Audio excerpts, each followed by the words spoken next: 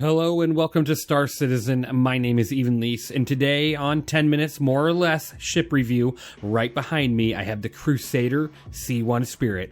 Let's go ahead and take a look.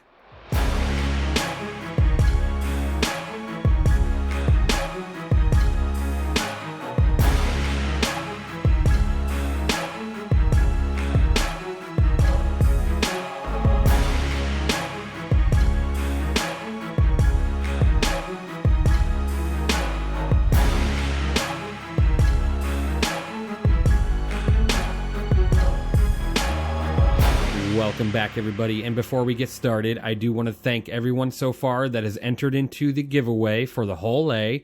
Again, I hit 5,000 subscribers, and I'm doing a giveaway in regards to that, and you all are amazing, so I appreciate every single one of you. Now, I just got back from the 4th of July weekend. I hope, even if you don't celebrate the holiday, I hope you had a great weekend, and, you're able to relax. Outside of that, let's go ahead and start with the C1 SPIRT here. Taking a look at this ship, it is considered a medium freight hauler. Now, this ship does start at $125 if you were to buy it in the pledge store. Outside of the pledge store, if you were to buy it in game, it is $3,118,500 aUEC. Now, this ship is quite the looker. She is what Crusader, I feel like, is probably Crusader's best looking ship to date so far. Even though, the Crusader has quite the lineup from the Ares Star fighter to the Hercules class of ships. And the future of Crusader is looking quite bright with their design choices. I can't wait to see a starter ship from Crusader that'll look quite amazing.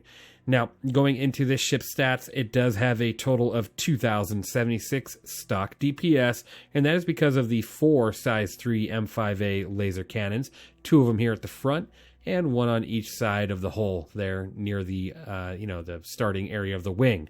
Now, those guns are pretty powerful if they're putting out a little over 2,000 stock DPS, and I feel like that's definitely not bad. In comparison to a ship that carries the same amount of cargo, the whole A, you got to wonder, well, why wouldn't you just spend the extra money to go to this ship, right? The whole A was sat at $90 or 1.7 million UEC, and this ship sits at 125 or 3.1 million UEC and carries the same amount of cargo. But this one has a lot more firepower and probably looks a little bit better, at least for some people. I know I have a real love for MISC-style ships, but also the Crusader ship, this one looks fantastic. Let's talk about its defensive capabilities. Obviously, it's got great guns, so you're able to put up a fight. Now, it has 6,000 bubble shield. So again, a bubble shield, which means that, if you take any damage anywhere on that shield, it will take from the entirety of the shield. Something to consider. Outside of that, you have 67,600 ship HP. Now, that's not terrible, definitely not bad at all, especially in comparison to like the Freelancer or the Cutlass. Now, compared to the whole A has double that health pool at 130,000. But again, there's a big difference between the ships. They're both considered like freight style ships, but, this ship can do so much more. Not only does this ship carry the same amount of cargo, but you could technically put even more cargo in if you don't want to consider the cargo grid, as well as carry a co-pilot. This ship has a tractor beam on the top and just has a lot more functionality, for the day-to-day.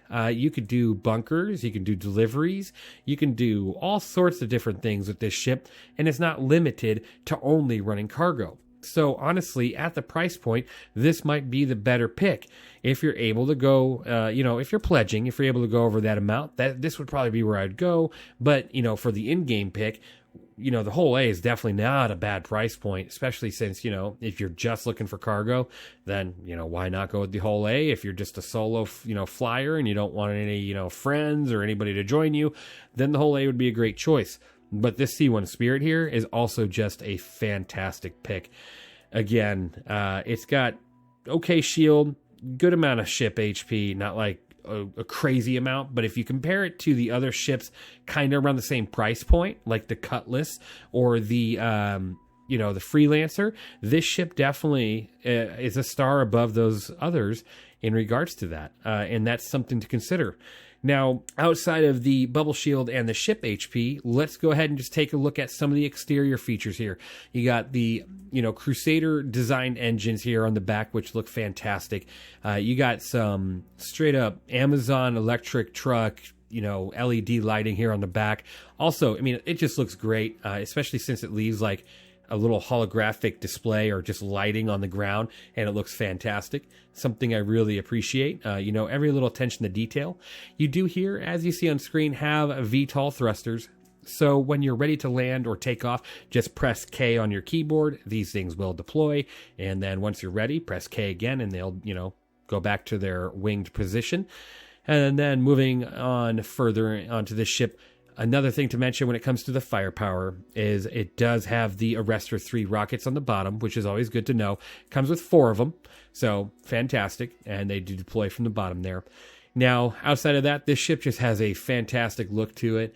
Honestly, can't get over that. Now, something to be very wary about, and this is something to consider in the future, especially with 4.0 and having oxygen in your ships and depressurization, stuff like that. This ship, or actually fire propagation, this ship has only one exit. It's like the MSR, the Mercury Star Runner. It is a one exit ship.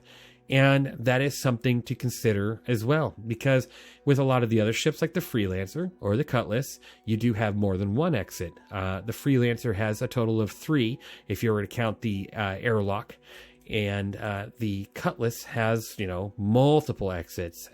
So I think it's like 3 on that one as well, which is something to also, consider if you want to be cautious of certain things that could potentially happen. It's always good to know how many exits you do have. Now, entering this ship here, you can hold 64 SCU of cargo on the cargo grid. People have been known to add another 32 SCU container right up the middle. If you're careful, you could definitely do that and then jump back to the pilot seat. So definitely something to consider.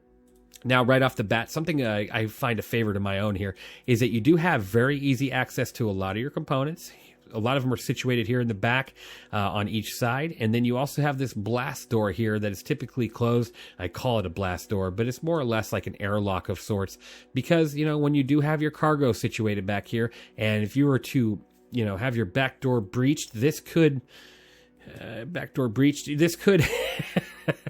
potentially save your cargo as well as your ship from pirates if you could lock it someday. Right now you can't lock it, so once they're in, they can probably open this door pretty easy. But this is a pretty cool door which separates, this part of the ship to the rear, keeping it oxygenated as well as keeping your cargo secure. But takes away your ability to have access to your components back there. So anything crucial back there, say goodbye to that. Now, moving on, if you were to, proceed past the holographic little arrow here, which I know is just a graphical bug. I like to just pick it out. You do have more component access. You got avionics as well as radar and life support and gravity generator. Now, some of this area here will have like your engineer stations, so where you can access a lot of the stuff in your ship. Moving on, you do have a fully fledged out bathroom, which, me, I don't really like going anywhere near toilets in this game, so I won't do that. But you could definitely, have access to it, pull it out there, as well as the toilet paper roll that comes out from the side and all that kind of stuff. So pretty neat. And then you do also have 2 suit lockers as well as a weapons locker. In the current update, you can't really access the weapons locker. It's another little bug, which I think is fixed in 3.24. I'll have to confirm that a little bit later. Now, moving on, you do have 2 beds for your crew because it is a true cruise ship. Pilot, co-pilot, pilot, co-pilot, and they are considered escape pods. I don't know how they're going to really put that function in yet for these style of beds, but it will be very interesting to see, and personally I can't wait. Now, the pilot obviously controls the ship and the weapons, as well as, having a very limited view window here. Literally, it's like looking through the helmet of a gladiator. This is terrible. Crusader is well known for not having any windows in their ship, and if they could, they'd probably get rid of that one as well and just say, hey, good luck. Now, the co-pilot here does control the tractor beam on the back. I don't know why I'm freezing up there. Now, that tractor beam can be positioned up top or on the bottom, but it is usable, and it's not that easy to put stuff into the ship, but you can definitely use it, as I have in the past. to, you know, put a ground vehicle in or move cargo around. It is nice, and it's definitely going to be nice, especially in 3.24 when you have the freight elevator update. Having that easy access, definitely something to, you know, consider when you are taking off and having to land and grab cargo. This is a very quick ship to do that with. So definitely a great ship, great access to all of your features and everything. I forgot one little thing. Let me get out of my seat again really quick. You do have access to your storage at the internal here. All you got to do is go up to the top, and it's this button here. Press that and go ahead and get in there and, you know, move around the component, you know, not components, but the, you know, armor and weapons and everything you need of your person. So that's fantastic. I'm going to go ahead and hop in the pilot seat really quick and talk about a few of the remaining stats, including the ship's speed. I don't know where I'm looking. Now, your ship speed is a total of 204 SCM and 405 forward boost, as well as 212 backwards boost. Now, that's not terrible. Not great, but not terrible. It's not a fighter. It is a freight hauler, so something to consider. Let's talk about the nav speed is 1,130. Now, that is actually a pretty, you know, okay nav speed. It's definitely not bad. It beats the whole A. It beats the raft. It is able to do a little bit more speed out there when you're delivering. When you are delivering 64 SCU of cargo, that's definitely not bad at all.